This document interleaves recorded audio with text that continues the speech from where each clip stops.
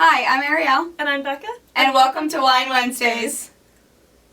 Hennessy on my lips, take a little sip, privacy on the door, I'ma make this shit grip.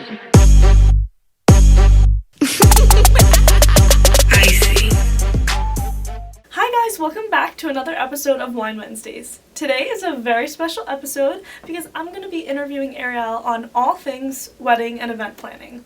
So, without further ado, let's get started. I have my handy dandy note cards. Goodness. Are you prepared for this? I was not allowed to be prepared for this, so I'm going rogue with it. First one's easy. So, tell me a little bit about why you started Ariel Ashton Events and when, and kind of that origin story. Okay, so my origin story is, when I was in college, that was when I planned my first party, and it was my graduation party, and it was a big deal. I mean, college graduation is a big deal. Yeah. So I planned that, and it was so minuscule. Like, I had, balloons, they were tied on the post, only two balloons, Classic. which is something we would never do today, but that's how it was. And we had tons of people, all different friends and family came in, and that's kind of really where it started. And after graduating college, I really wanted to go and give the industry a try, but nobody would give me a chance. So I moved down to Florida, I was serving, came back to Pennsylvania. I was like, I need to get into this industry. So I started working for a local company, a party rental company, and that's really how I got into the industry. And we started the business. It was really funny, actually, because my dad and I are sitting there. I'm like, I'm so sick of nobody giving me a chance. I know I can do this. I know I'm destined for this industry. And we were like, why the heck not? And then we contacted somebody to help us with all the business documents, and within 48 hours, I had my business. That's amazing, and look how far you've grown and we've grown here at Ariel Ashton Events. I mean, that's crazy to see how one idea can just spark a future. So yeah, I kind of know a little bit about this, but talk to us about the packages. How did you kind of create those packages, and what does that look like for clients? So pretty much to record Ariel Ashton Events is that we want to give clients the type of events and weddings that we would want for ourselves. So that's really where the underlying part of all of our packages. And then we built on what kinds of things would I want at my wedding? Would I want my linen steamed? Of course. No, that's a good point, I want this, what I want this, what I want that, and then that's how they kind of came about. That's awesome. So you have 3 packages, and talk to us a little bit about how you customize them, if you customize them per client, and how that kind of process works. Yeah, so we have 3, almost 4 wedding packages. Almost. And then we have 2 baby shower packages, 2 bridal shower packages, and then we have milestone packages, which is, again, way more custom than not. Yes. So we work with couples' visions and budgets every day. So some of those visions are off the charts, so that's on a higher price point. When there are some clients that do need the assistance, but they're more budget driven than they are vision driven. So we do, customize it. So really our packages can be made a la carte to fit whatever your needs are. I don't ever want to tell, and I'm sure you can agree, we never want to tell clients that this is what the price is. I'd rather talk to you and see how it works for both parties in a price point that you feel comfortable with than going, okay, this is the price. If you can afford it, cool, you're with me, or you can't afford it, well, there's the door. I would never want anybody to feel that way, and I wanted to be given the option because when I started the business, that's where I was. I couldn't afford to hire a planner had I been getting married at that time of what I really needed. And, I really wanted to give that, not diversity, but just the complete, there you go, right word, flexibility with everything. Yeah, that's great. And I was just going to say that it just stems so much to who you are as a person because you started out in that position where you're so poverty poor. Is that what you were trying to say? I was going to say wanting a chance, but you want to extend that same perspective onto your clients. So I think that's great. And I know all of this obviously as a wedding planner, but it really is cool to see your background with it because that's what started Ariel Ashton Events is Ariel. So that's really awesome. So you said you kind of developed a passion for event planning after college, and then you got into the rental and event industry after that. So how has your life changed since being in the industry all these years? I gave up sleep. That's, to put it basic, I did. Your best friend. Coffee's my best friend. And, I basically gave up my personal life and my social life for this industry to plan events and weddings for people's social lives. Yeah. That's at the core of why, what happened. But, my life is really, I guess I could say my life has taken a very positive turn. Yeah. I'm so passionate with the business, so I don't have a problem giving up my personal life. Sure. I think that's the most important thing of that. Going on to that, how do you avoid letting your client work bleed into your personal life? Or do you still struggle with that? I do still struggle with that, to be honest. It's hard. But that's because I want my clients to feel that they have access to me at any time. You know, if there's an emergency that arises, it's not generally arising during the day. It's arising at night. And they could literally be like, they could wake up in the middle of the night and be like, oh my God, and have like a panic attack. I don't want you to go through that by yourself.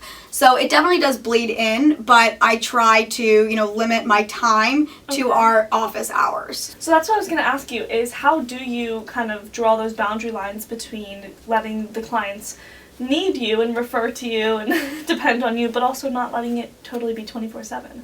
I usually set like a time limit, so 8 o'clock and on is usually like my personal time. Okay, that's fair. I think that's a good amount, unless dire emergency, of Unless, course. yes, absolutely. Okay, that's great. So what have you seen overall throughout the industry change over the years? Are there any like drastic changes that you've seen? Not necessarily, well, COVID. That was a major change. Yeah, that's true. But besides COVID, just the visions and the items, things are getting way more high tech than they ever were in the beginning of the industry, and so it's really come around. But you still see trends still come back. Sure. I don't think rustic will ever go away. Yeah, rustic is just a classic. There's always going to be those barn weddings, and boho is another one, but not as traditional anymore, which I like.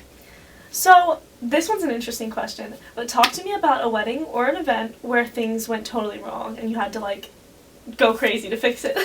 So it would have to be our first wedding that we ever had, and that's why we developed the Murphy's Law mentality for the business. Yes. So basically everything that could have gone wrong went wrong, from Mother Nature causing rain. It was rain? Oh yeah. To, you know, the ceremony went perfect, and the client never really knew all of the items always behind the scenes. Yeah, literally that went wrong. But they got there. They were coming back on the horse and buggy carriage. I had gone from the ceremony space to the reception space, like gunned it there, and then we couldn't get the music going. And then reception? No, it wasn't working. Only the groom knew how to work the audio system. Oh, so they were taking a horse and buggy ride, and all these guests arrive, and there's nothing going on. Oh. Our bartender rolled her ankle before getting on site, moving a table, because it, again, as I said, it rained, but it came out of nowhere. So we had to like rush and bring all these tables that we had already preset outside into the tent or into the barn. Oh my goodness. And then she rolled her ankle.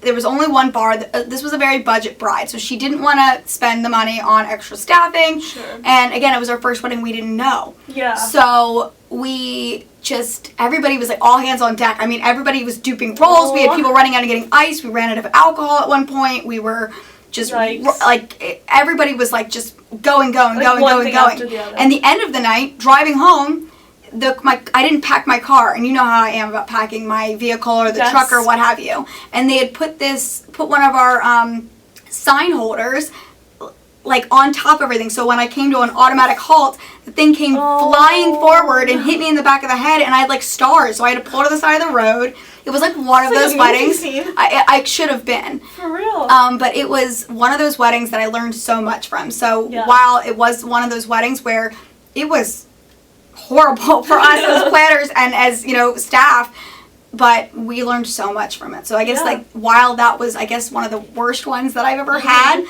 know, the client never knew what was going on behind the scenes, and that was something that I was always adamant about. But you know, the minute we go in the house, we were like, oh my God, like patting ourselves with, you know, but besides that, you weren't even a part of the company. I know, that's you why probably wouldn't be a part of the company if it was for that wedding.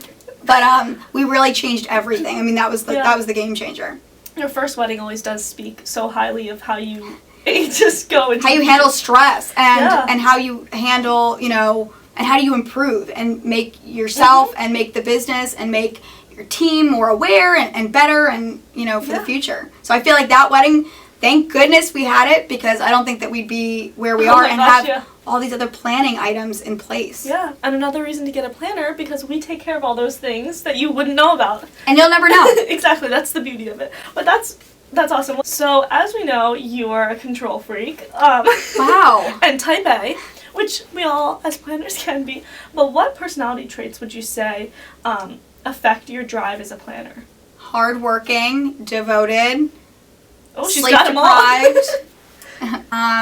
organization, and I think, is that enough? Yeah, that's Okay. good. I love that. And what kind of, on top of those, what kind of traits do you see from your personal life that bleed into that wedding planning as well? Like, are you super crafty, or do you like to organize super well? Like, what personality traits affect you too? I mean, definitely both of those, but also micromanaging. I mean, Oh. you know Dan, I definitely micromanage that boy from his attire to what's for dinner and Yeah. how to cook that dinner. Gosh, now I sound horrible. Planner throughout your whole life. Sorry, but no, there's just so many different, like, tiny little things. Like, oh, I can't even go to, like, a wedding anymore without, Oh. like, tweaking a few things, I like know. how I would want them. So even in my home, everything has to Yes. look perfect, like almost like a showroom, just like our office. Yes, Everything has to look like anybody could come and see this place and book us. And that's basically that. But even when I go out, I have to, like, look to the nines, because I know. you never know who you're going to meet. That's so true. I feel like that definitely is you as a person. Yeah. So aside from your personal vision, because we've talked about our wedding themes and what we would like for our wedding day, but what vision would you say that is the easiest to execute? Like, is boho, rustic? What do you feel like is your favorite as a planner? Simplistic elegance, because Oh, we okay. have so many weddings that are, like, they don't want it to be too over the top. They just want, like, the greenery, the candlelight, and Minimal. but definitely minimal. Sure. But they want it to be like a line of elegance to everything. They want maybe their table is the most elegant part of the space. And what's a wedding theme that's really hard for you to execute? The eclectic ones are pretty hard, but in general, if I don't understand the vision that somebody is trying to, relay to me, then I'm not the planner for them. That's just to the core of us. I don't want to take on a wedding that I don't understand the vision and won't be able to successfully make that client happy and exceed their expectations. So speaking of clients, what's your ideal client? Is it the overly organized client, or the one who has no idea and wants you to surprise them?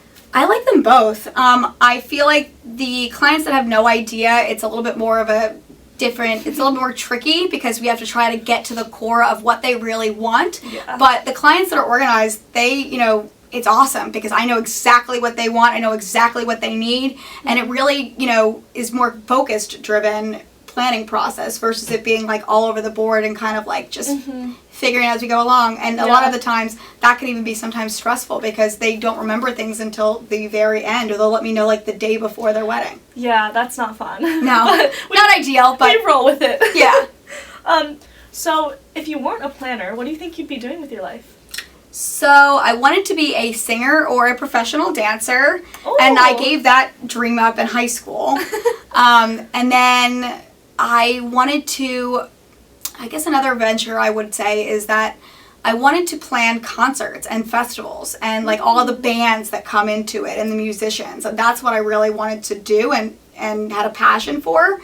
And then the last one, I guess, is like my personal passion project, which would be artificial floral design. Oh, she is so good. I'm going to link some pictures here of your artificial floral design. I mean, Ariel, I'm trying to see if there's something in this room. This one I made.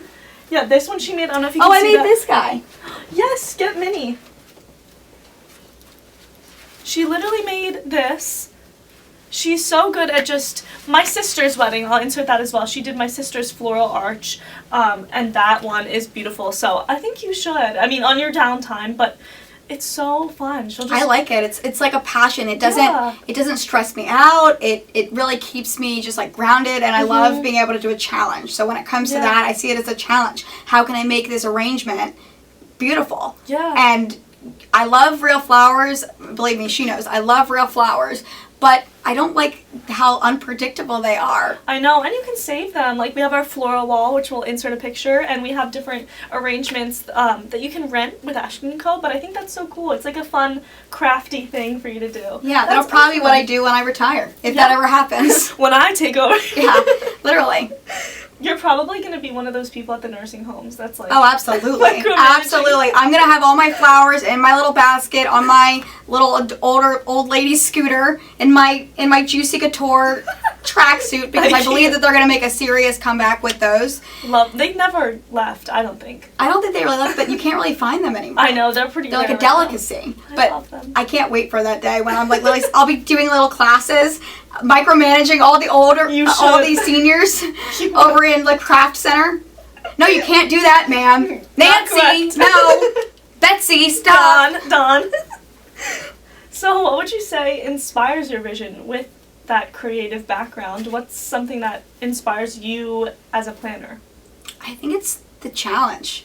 Is that a good one? Yeah. The challenge of, it's almost like a Rubik's Cube. I take every wedding thinking it's kind of like a Rubik's Cube. So from their Pinterest board, Rubik's Cube of trying to figure out all those little teeny elements and how they all flow together. Yeah. But I really find inspiration, actually, you know what?